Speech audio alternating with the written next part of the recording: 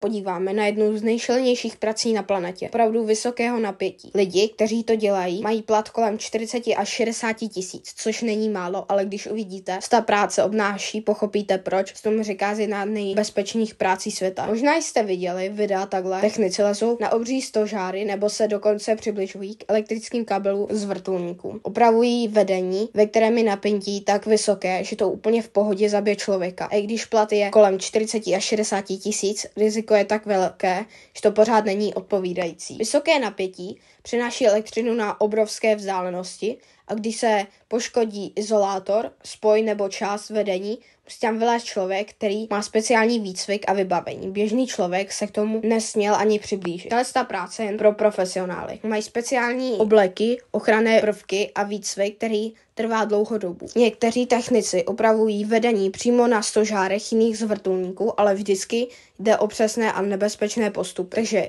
jsme si řekli, že i když mají tyto technici plat 40 až 60 tisíc, pořád je to extrémně riskantní práce.